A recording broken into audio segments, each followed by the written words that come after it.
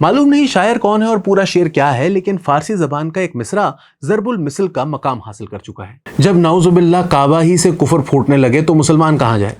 आइन की मुहाफ़िज़ और इसकी तशरीह और ताबीर की ज़ामिन अदलिया के हालिया ज़ेर बहस फैसले पर इससे ज़्यादा पुरमग़ज़, मानी खेज और बरजस्ता व बरमहल तबसरा मुमकिन नहीं। 12 जुलाई के शाहकार फैसले की कोख से जन्म लेने वाले बहरान का सादा व मासूम मफहूम यह है कि अगर कुछ जज साहिबान ताबीर और तशरीह के इख्तियार को हद तसव्वुर से भी कहीं आगे तक वसअत देते हुए अपनी मर्जी का आइन लिखना शुरू कर दें, आइन के निहायत वाज़ेह गैर मबहम और दो टोक आर्टिकल्स को कचरा टोकरी में डाल दें, पार्लियामेंट की तवील रियासत और इत्तफाक राय से बनाए गए कवानीन को गैर मुस्तामिल कपड़ों वाली कोठड़ी में फेंक दें और आइन के एक हिस्से को मुअत्तल करते हुए महज अपने जज्बात की मस्ती में वाज़ेह तौर पर आइन और कानून से मुतसादम फैसला देने लगें तो रियासत किस खैमाए आफियत में पनाह ले और आइन की मां पार्लियामेंट किस दीवारे गिरिया से सर टकराए। आइन और कानून से मुतसादिम और जज्बा व एहसास की तरंग में दिया गया एक शाहकार फैसला मई 2022 में आया।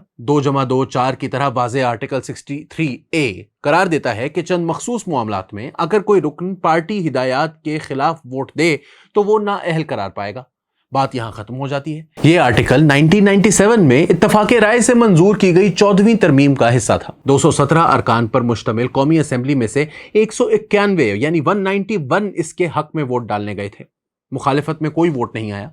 2010 में 18वीं तरमीम के जरिए इसे मजीद वाज़ेह शक्ल दी गई। तब 18वीं तरमीम को 342 में से 292 वोट मिले। मुखालिफत में कोई वोट नहीं आया।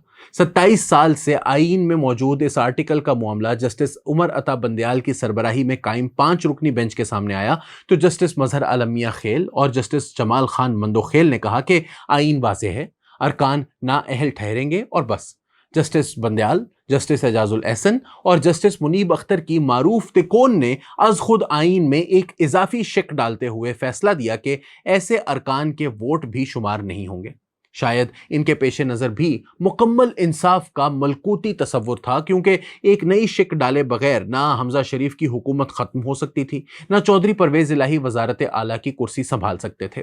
2 के मुकाबले में 3 जजेस के फैसले का मतलब यह है कि अमलन सिर्फ एक जज ने उस आईनी शिक के चीथड़े उड़ा दिए जिसे मजमूई तौर पर 2 कौमी असम्बलियों के 483 अरकान ने अपनी पुरजोश हिमायत से आइन का हिस्सा बनाया था। अगर उस वक्त अमेरिका, बरतानिया और भारत की तरह हमारे यहाँ भी आइन शिकनी की इस वारदात पर हाहाकार मचती और पार्लियामेंट मकदूर भर मज़ाहमत करती तो शायद 12 जुलाई को वो फैसला सामने ना आता जिसने निहायत दीदा दलेरी के साथ ना सिर्फ इलेक्शन एक्ट 2017 की धज्जियां उड़ाई बल्कि आइन की मुतादिद शिकों को भी मुअत्तल, मफलूज और मस्ख करके मुकम्मल इंसाफ का तिलिस्मी कबूतर हवा में छोड़ दिया और कहा इसे अदालत का फैसला समझो।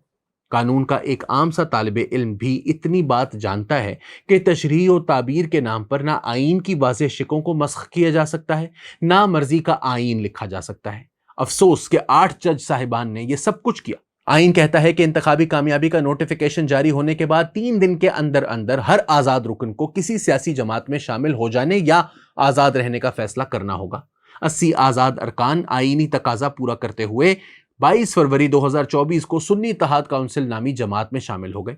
इसी हैसियत में 28 जुलाई को कौमी असेंबली की रुकनीत का हलफ भी उठा लिया।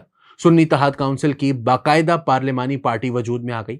जरताज गुल साहिबा पार्लिमानी पार्टी लीडर बन गई। कहानी तमाम हो गई। इसके बाद कोई एक भी रुकन अपनी हैसियत तब्दील करने के लिए हाई कोर्ट गया, ना सुप्रीम कोर्ट, इलेक्शन कमीशन से रिजू किया, ना स्पीकर से ऐसी कोई इस्तदा की। उन्हें मालूम था कि हमने 5 साल के लिए अपने सियासी मुकद्दर का फैसला कर लिया है।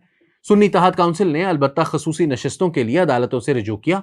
पेशावर हाई कोर्ट, जिसे पीटीआई हमेशा पनाहगाह समझती रही, कि 5 रुकनी बेंच ने इत्तफाक राय से यह पिटीशन मुस्तरद कर दी और करार दिया कि आईन और कानून के तहत आप किसी खसूसी नशिस्त के हकदार नहीं। सुप्रीम कोर्ट में अपील आई तो पीटीआई जानती थी कि वो जंग हार चुकी है, सो इसने अदालत से रिजू ही ना किया। कंवल शोज़ब जाती हैसियत से गईं, लेकिन इनकी इस्तदा भी ये ना थी कि मखसूस नशिस्तें पीटीआई को दी जाएं। उनके वकील सलमान राजा ने कुछ पुरजोश जज साहिबान की उकसाहट के बावजूद यही कहा कि मेरा मुतालबा पीटीआई को नशिस्तें देने का नहीं, आप खुद दे दें तो आपकी मर्जी। सो जज साहिबान ने आओ देखा ना ताओ अपनी मर्जी के लिए आइन और कानून की मुतादिद शिकें मुअत्तल कर दी। दरख्वास्त गुजार सुन्नी इत्तेहाद काउंसिल से सारी नशिस्तें छीन ली और पीटीआई की गोद में डाल दी। بالکل ایسے جیسے کسی راہ چلتے کو پکڑ کر کہا جائے آؤ آؤ تمہاری 10 کروڑ روپے کی لاٹری نکل آئی ہے، وہ کہتا رہے کہ کیسی لاٹری، میں نے تو کبھی کوئی ٹکٹ ہی نہیں خریدا، اسے پکڑ دھکڑ کر بینک لایا جائے اور 10 کروڑ روپے اس کی جیبوں میں ٹھوس دیے جائیں۔ اس لاٹری فیصلے نے آئین کے آرٹیکل 187 کو اسم اعظم بنا کے رکھ دیا ہے۔ رسوائے زمانہ نظریہ ضرورت اور نظریہ سہولت کے بعد اگر اس اسم اعظم کو بھی نظیر بنا لیا گیا تو آئین کے باقی 279 آرٹیکلز مفلوج و معطل ہو کر رہ جائیں گے۔ اس صورتحال کی سنگینی کے پیش نظر وکلاء کے سب سے معتبر ادارے پاکستان بار کونسل نے اپنی قرارداد میں پارلیمنٹ کی بالادستی کو اجاگر کرتے ہوئے عدلیہ کو پیغام دیا ہے کہ وہ آئینی و قانونی حدود میں رہے۔ بینچ کے 2 معزز جج صاحبان جسٹس امین الدین اور جسٹس نعیم افغان کے اختلافی نوٹ نے 14 طبق روشن کر دیے ہیں اور یہاں تک کہہ دیا ہے کہ کسی بھی آئینی ادارے پر اس غیر آئینی فیصلے کی پاسداری لازم نہیں ہے۔ کیا یہ ممکن ہے کہ نظر ثانی کی درخواستیں سنتے ہوئے 8 جج صاحبان واقعی پورے خلوص، نیک نیتی اور سنجیدگی کے ساتھ اپنے فیصلے پر نظر ثانی فرمائیں؟ ان میں سے 4 معزز جج صاحبان کو چیف جسٹس کے پروقار منصب پر بیٹھنا ہے۔ کیا ہی اچھا ہو کہ ان کے کندھوں پر اس بے حد متنازع اور خلاف آئین فیصلے کا بوجھ نہ ہو اور وہ زندگی بھر اس کی صفائیاں نہ پیش کرتے رہیں۔